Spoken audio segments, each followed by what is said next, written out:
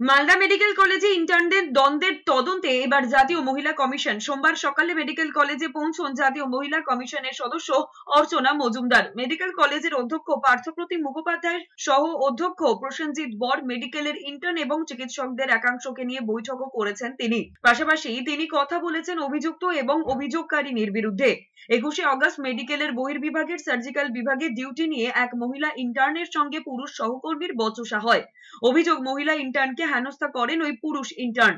পাল্টা ওই অভিযুক্তকে মারধর করার অভিযোগ ওঠে মহিলা ইন্টার্নের এক বন্ধুর বিরুদ্ধে। এই ঘটনাকে ঘিরে বিক্ষোভ শুরু হয়।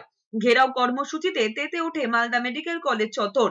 মহিলা ইন্টার্ন এবং তার বন্ধু টিএমসিপি ঘনিষ্ঠ বলে তাদের বিরুদ্ধে কর্তৃপক্ষ ব্যবস্থা নিচ্ছেন না। এই অভিযোগে গত শুক্রবার রাতে মেডিকেল কলেজের প্রশাসনিক ভবনে ঘন্টা 5 ঘেরাও করা হয়েছিল অধ্যক্ষকে।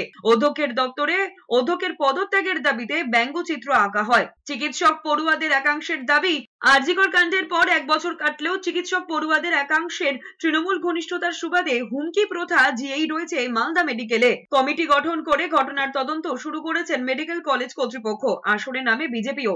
এবার তদন্ত শুরু করলো জাতীয় মহিলা commission. Commission is very serious about safety, security and modesty of women.